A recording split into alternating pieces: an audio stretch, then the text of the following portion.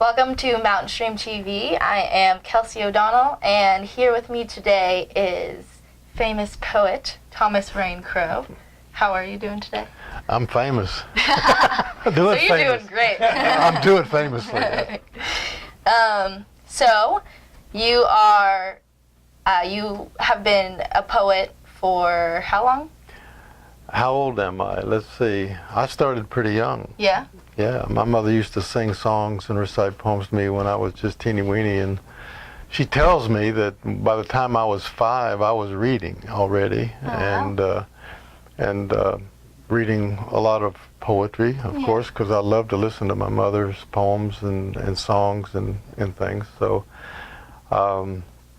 I started writing. My first poems were probably when I was in the 1st or 2nd grade. Oh, wow. I didn't write a lot of them, but there were a few.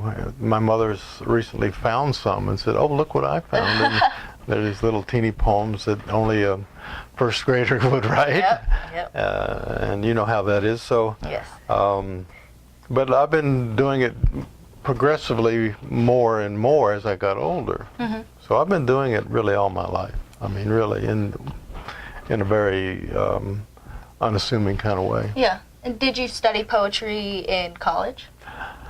I did some. I started off as an English major in college. I didn't end up an English major in college, and there's a whole story behind that that I won't go into unless you want to hear a lot of nasty gossip. but yes, I started off as an English major, and I did take poetry courses, and I'd never studied. I never took a poetry writing course or composition course. I didn't get an MFA, in other words, in creative writing. I never did any of that, but I studied, you know, the poets of Great Britain and early America and all the kind of things that you would study in school. Yeah. And did you have one or a group of them that you were drawn to as you studied? Not the ones I studied in school so much as the ones that I discovered later. Mm-hmm. Late in high school, I discovered the beat poets, and that's what really lit my fire. I had a hard time with poetry in school because you're mostly studying old dead guys, you know, and you know, 200 or 300 years ago, and you can't relate to the time or the place or the language if it's, you know, Old English. Yeah.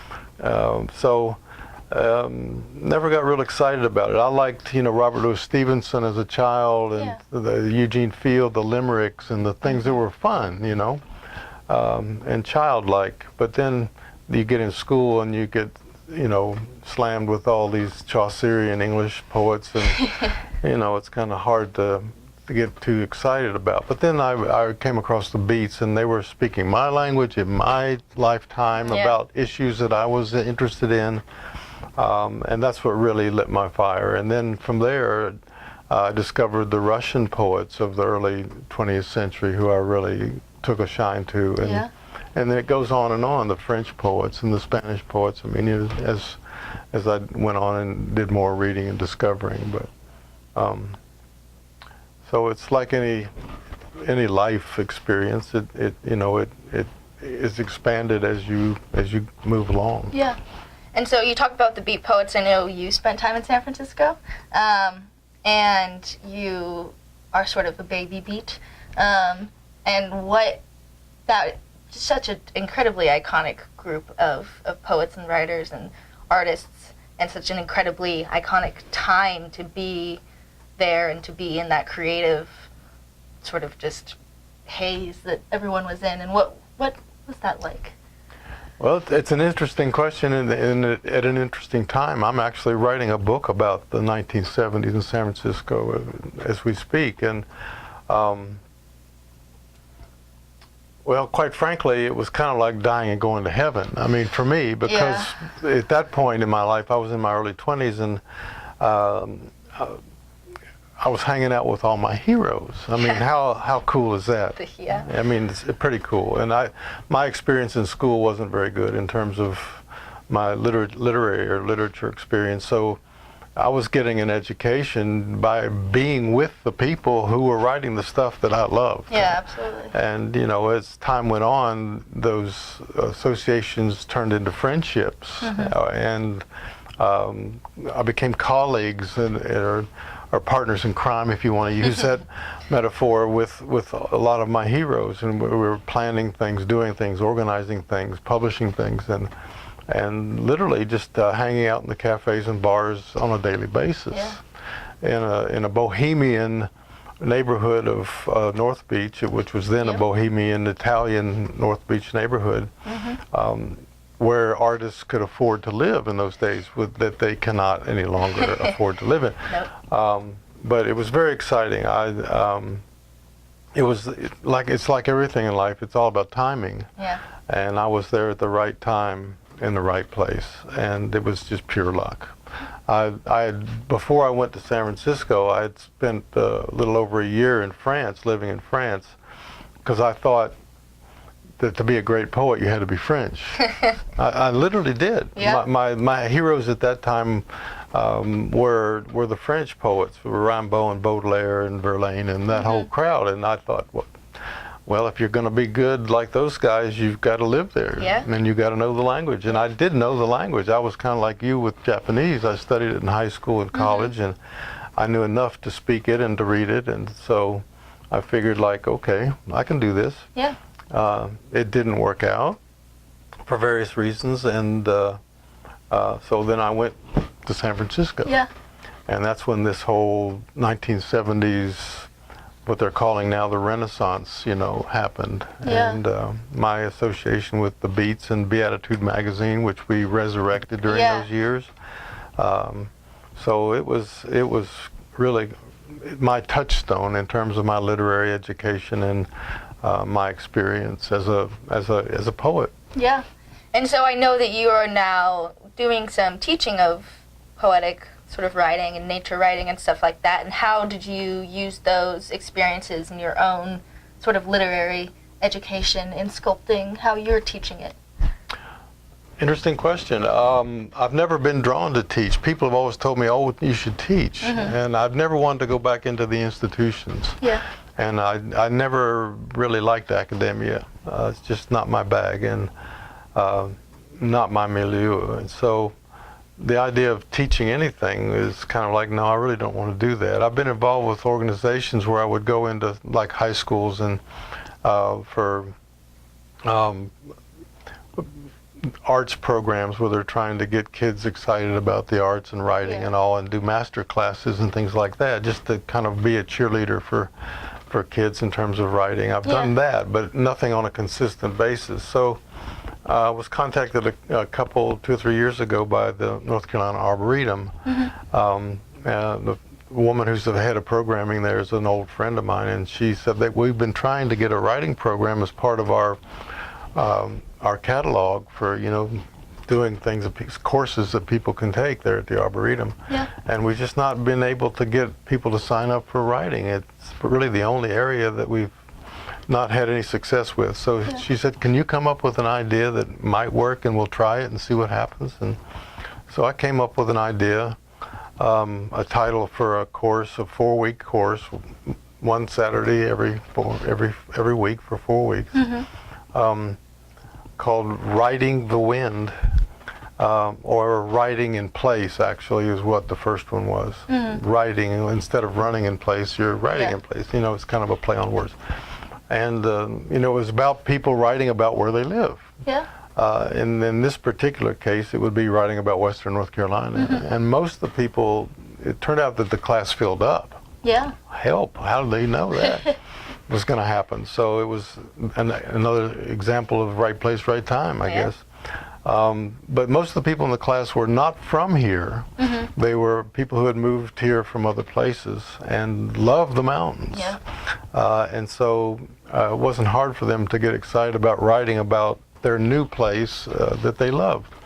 And so it was a very positive and very active group, and a lot of interaction and great conversation and great writing, it turns out. A lot of those people hadn't written anything before. Some were published writers, and Yeah, some wow. were people who wrote kind of because they enjoyed it. But Yeah. it's amazing how when you get focused and excited about something, the bar is raised and the quality goes up. And there was some great stuff that came out of that first class. So we've been doing something along those lines for the last 2.5 years. The theme is a little different every time. Yeah. It's all nature related in some way or another. Yeah. But it's not a strict like MFA course, so I'm not grading them. Yeah. I'm not editing grammar. It's really about getting people just to express themselves and feeling free to do that. Yeah. So that's what I've been doing in terms of the teaching. Very cool. And it's been fun because I've met a lot of really interesting people. Yeah. Most of the people that are in these classes are retired. Mm-hmm. Not all of them, but most of them are. And they come from interesting backgrounds, interesting places. They have interesting personalities or interests. And all this gets mixed in terms of class time. And I had a class last fall, which was almost a year ago now, that got so bonded and was so compatible that they wanted to meet outside of class after the class ended. Oh, wow. Once a month. And they've been doing that for almost a year now. Wow, that's awesome. So there you go. yeah. Writing and nature really bring people together. Well, in this case, it's working. Yeah. So may it continue, as Yes. as the man said. Yes. So you talked about teaching about writing where you're from, and that's of course something that you've done with your book Zoros Field. And so you spent 4 years being self-sufficient out on the land and just writing about your experiences, and have created a very, very wonderful and popular book because of that. And you sort of, that was based on Thoreau, right? Based on sort of Walden and that sort of thing. So I guess my first question for that is, what was the biggest unexpected challenge that you had in doing that? And two, why Thoreau? Why did you choose to base your writing style and that 4 years off of what Thoreau had done? Right.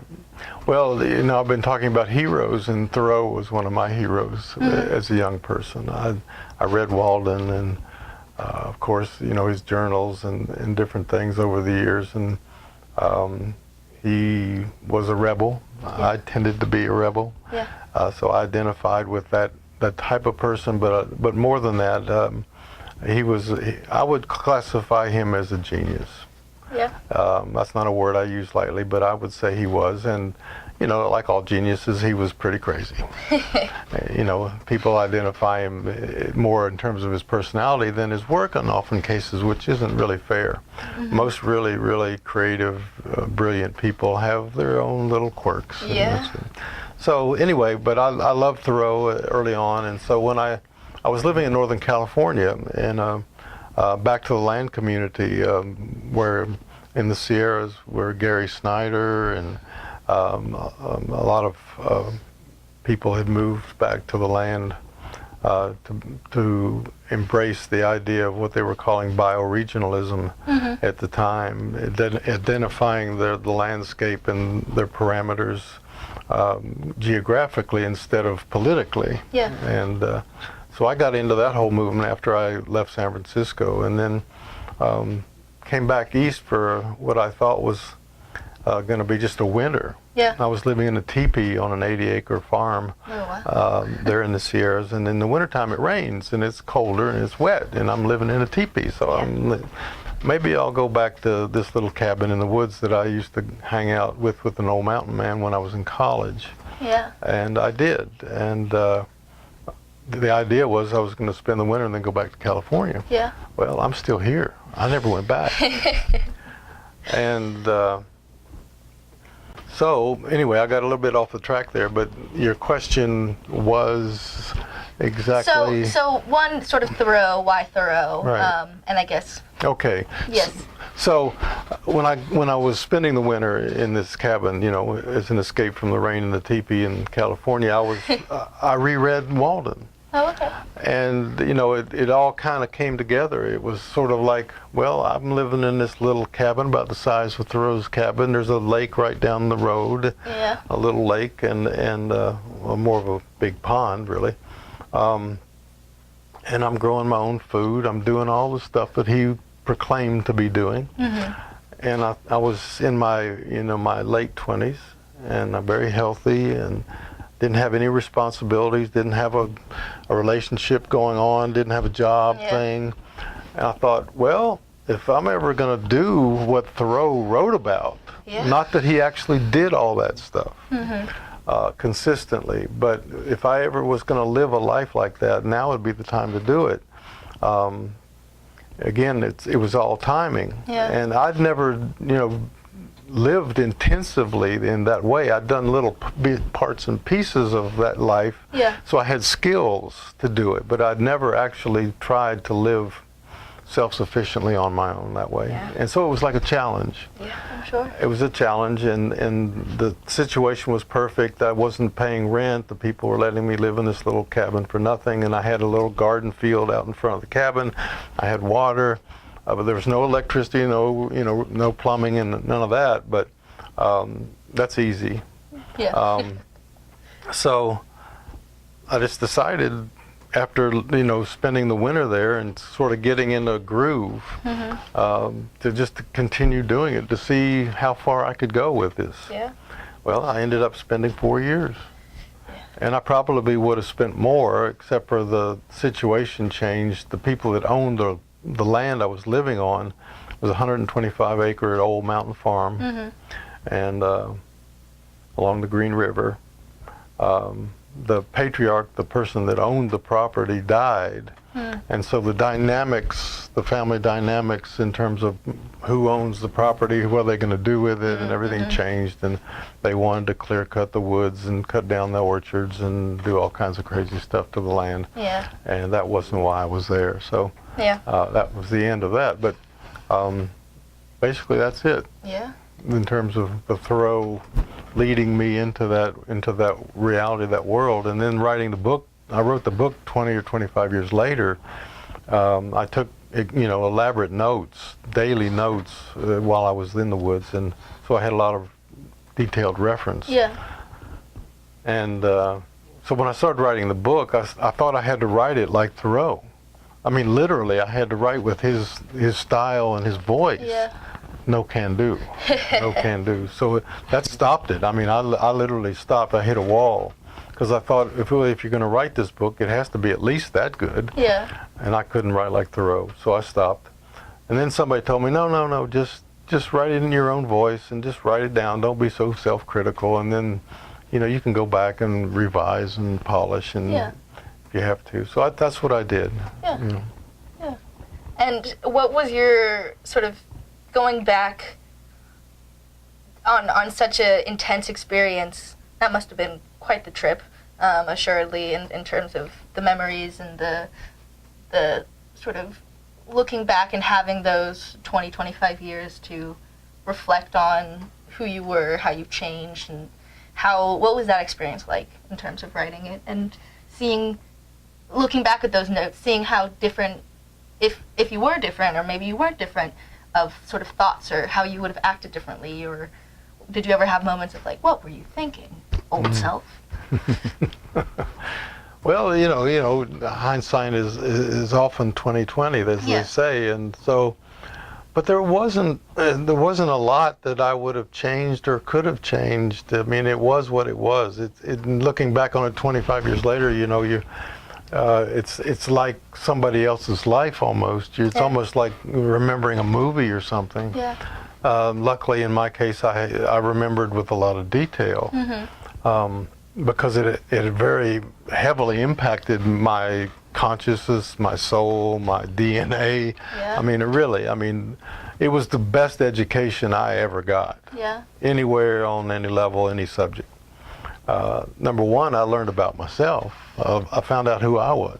Because I was living alone in the woods, and I was trying to take care of myself and survive, and There's a lot of introspection. You have a lot of time. It's quiet, and there's nobody else around. Yeah. So, you can't be distracted with other things. Yeah. No technology and all that, no social life to speak of, all that kind of thing. So, very important looking back, and who I became, who I was 25 years later when I was writing the book, really was based on those 4 years. Because when I came out of the woods, I realized that, when I was in San Francisco and other places, I was involved in a lot of political stuff or cultural stuff, and we did a lot of protesting and activist things. Yeah. In San Francisco with the literary, the Beatitude stuff we were doing and otherwise. Mm-hmm. But I realized that all those issues, although they were all important at the time, really didn't hold any water to the issues that were related to the environment and the planet and the health of the planet. And I became very conscious of Native American, in particular, cultural values and belief systems and spiritual belief systems, and why they believed what they believed and how they lived, why they lived, and it made a lot of sense to me. Mm-hmm. And so my values and my spirituality shifted greatly as a result of those 4 years. So the environment became my passion. Immediately started doing things with different groups or different projects. We started a Katua Journal, which was a bioregional journal for the Southern Appalachians based on what I had experience with in California with the bioregional movement. Oh, wow, okay. Planet Drum magazine was the first bioregional publication and was the godfather of all the ones that, happened later. So we modeled ours on that indirectly, and it published for 10 or 15 years, and that was a pretty good project, and which has now all been scanned and digitized into a really great website at Appalachian State University in Special Collections. Anybody can go there and they can read all the issues of Katua Journal starting in 1983, I think it was. So that's a reference point for people now. And then I eventually moved over here to Jackson County and met Arvin Friedman and got involved with starting the Canary Coalition, and worked with the Warren Wilson conservation project over there, and the list goes on and on. And then just all the projects that come up locally, you know. The politics of Jackson County. I mean, we needed some county commissioners that could put land use regulations in place because we didn't have any in our county, and so the developers were coming in here and just basically doing whatever they wanted to, which included destroying the rivers and streams and everything else. So, and then I move into a house in Tuckasegee, and the first thing that happens practically is that there's a 60-acre piece of land in a mountain behind the house I live in, and they want to put in a rock quarry next door to where I live. A gravel operation, which would have meant our whole neighborhood would have had to move somewhere else. I mean, they would have just destroyed the environment of that whole valley. It's the Tuckasegee Valley. So we had to fight that for 2.5 years. So it's that sort of thing. Yeah. And I know that you started your own publication, New Native Press, and which is sort of focusing on the poetry and literature of dying languages and cultures, and not even just dying, but sort of unheard of and stuff like that. And you said as your poetry knowledge and education progressed, and you moved from French poets and Spanish poets, and what sort of got you into these very small, unheard of cultural linguistic groups, and what sort of brought upon your passion for that? Eventually, if you're lucky, you can find as a publisher. I became a small press publisher, publishing poetry. you can find a niche, which you can identify with, and if you're lucky, maybe you're the only one doing it, which gives, allows for a greater focus on your press and your work, and it helps with sales and all the rest. But I spent 2 summers in Wales in 1993 and 1995, and I learned a lot about the Welsh literary tradition. I learned a lot about the Celtic literary traditions in Scotland and Ireland and Cornwall and Brittany and all them while I was there. And all those languages are all endangered, every single one of them. Some of them they're trying really, really hard to keep them alive and rejuvenate people's interest in the languages. But even in Wales and Ireland, which are the 2 best places where they're spending the most time and effort and energy to keep the language alive, it's a real struggle. Yeah. So I published an anthology coming out of that 2 summer experience of the writers that were still writing in their indigenous, endangered Celtic languages. Yeah. It was very popular, and it was the first time anybody had ever tried to do anything like that. Yeah. And the book was launched in Dublin. We had a big event, big party, and it was great. Awesome. So that's what really got me started with this idea of endangered language. And then I realized that nobody else was doing it, and it's a global thing. Yeah, absolutely. The first thing I tried to do was I was working with Joe Harjo, who's a friend of mine, and trying to collect enough indigenous Native American poets to create an anthology of Native Americans writing in their indigenous language. Well, it turned out there's not enough poets writing in their own indigenous languages to make an anthology. Wow. So that project didn't happen, but because my website was up for everybody to see all over the world, and to see that I wanted to focus on endangered languages, I got submissions from all over the world, and so I ended up publishing books by a Mayan poet writing in the ancient Mayan language. Wow. I published a book by a writer in Iran, in India, Bombay, India, writing in his old indigenous language, so I've done a little bit that way, and it's been interesting, to say the least. Yeah, absolutely. And to sort of see, I know that there's, when I was sort of studying linguistics, it was interesting how certain languages have words that just mean a feeling that is just so specific to that culture, or the way that things are phrased and how the context of the culture and the people and the history affects the language. Have you found that to be very sort of apparent in these indigenous languages, and how what the different styles of the poetry or the themes that they focus on? Oh yeah, all of what you say is true. I mean, as a translator myself, I've translated from French because that's the language that I know. The process of translation, you can't translate literally from one language. You can't do it. The academics want you to, but you can't do it. So you discover, these differences and these meanings and these aphorisms and all the different things. Probably the best example here locally is the Cherokee language. Yeah. I have a friend, Barbara Duncan, who works over at the Cherokee Museum.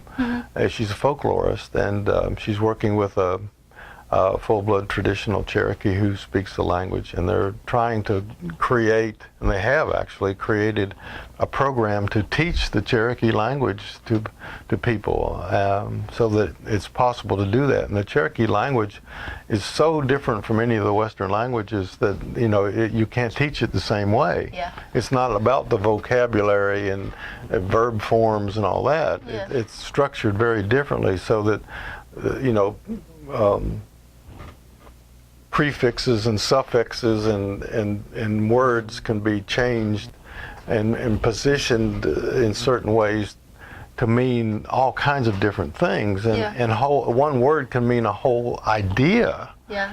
Not just a word with a definition. You can by writing one word in a certain way, it conveys a whole idea. Yeah. And so you have to teach it a whole different way. But they've done it. They've come up with a formula to do that, and that's the most drastic change or difference that I've encountered in terms of what your question was implying. So.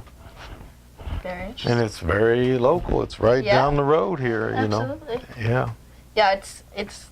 I mean, you've traveled a lot, as you've said, and seen so many cultures. And so, what do you think has made you stay here? So stay in your native state and become so sort of in love with these native cultures when you've seen so much else of the world. Well, I grew up here, and the experiences that you have when you're young really stay with you, even if they're not conscious memories. I think they stay subconscious, or they get into your DNA somehow. These mountains obviously stayed with me in some way or another, and then being the oldest mountains in the world, like living in California, I was in the mountains, in the Sierras, and the Rockies were close by, but those mountains didn't feel like these mountains. There was a different feel to the geography. They're much younger, and the energy of people on the West Coast is very young, which was great for me when I was young. I needed that release, and that kind of inspiration from the landscape. But I found that the people and the culture there was a little bit off the ground. People were kind of living in their minds, and it was very, there were a lot of mental inspiration living on the West Coast, very stimulating. But I didn't feel grounded, and I didn't feel like the people and the culture were necessarily grounded.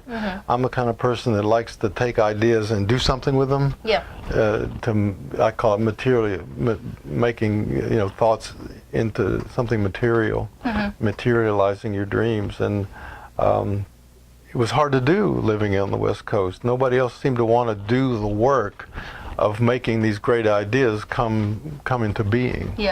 So I was the workhorse, in San Francisco. I was usually the guy that did all the nuts and bolts. I wasn't the guy that came up with all the ideas necessarily, but I had certain skills that allowed some of these things to come about, and I liked that. I mean, it came naturally to me, so that was my role, basically. So coming back here after that experience, and that winter I talked about, I really, all of a sudden, I felt grounded. It was like, maybe this is someplace I need to hang out a little while. Because when I was there, I was surrounded by all these brilliant, creative, crazy people all the time, which was wonderful for a young guy trying to be a poet, in America. But I'd never found my own voice. I was too much influenced by other people's, and trying to copy what other people were doing and all that, emulate. So there I was in the woods alone, and feeling grounded and kind of like back home in a place I really felt comfortable in, and all of a sudden I start writing nature poems, and I started writing with a different voice, and it's like my voice. And so that was a big aha moment. And probably one of the reasons that contributed to why I stayed as long as I did. It's good to find a home, and I wrote a piece on the 50th anniversary of Thomas Wolfe's "You Can't Go Home Again." I wrote a piece for the Asheville newspaper called "You Must Go Home Again," and it's all about really knowing where home is, and that you can go home again. Not everybody can, and not everybody should, but for those of us who did and could, it's really important to go out into the world and see what's going on out there, and to take what you've learned out in the greater world and bring it back home. In this case, Western North Carolina is pretty isolated and homophobic. It's very white, except for the Cherokees, and So, you know, I'd experienced a lot of different cultures, a lot of different races, and you bring all that back, you know, and it's part of sharing and educating the people around you. So that's kind of been my motivating vision for my work in the last 20, 30 years, is taking what I've learned in my travels and my love for the environment and the planet, and trying to focus on that and write about it. You know, my skill is writing, and apparently I can do it, and people read it, and they relate to it, and so maybe that's the way I can help bring about change. Absolutely. Positive change, and that's what I do. Yes, you do quite well.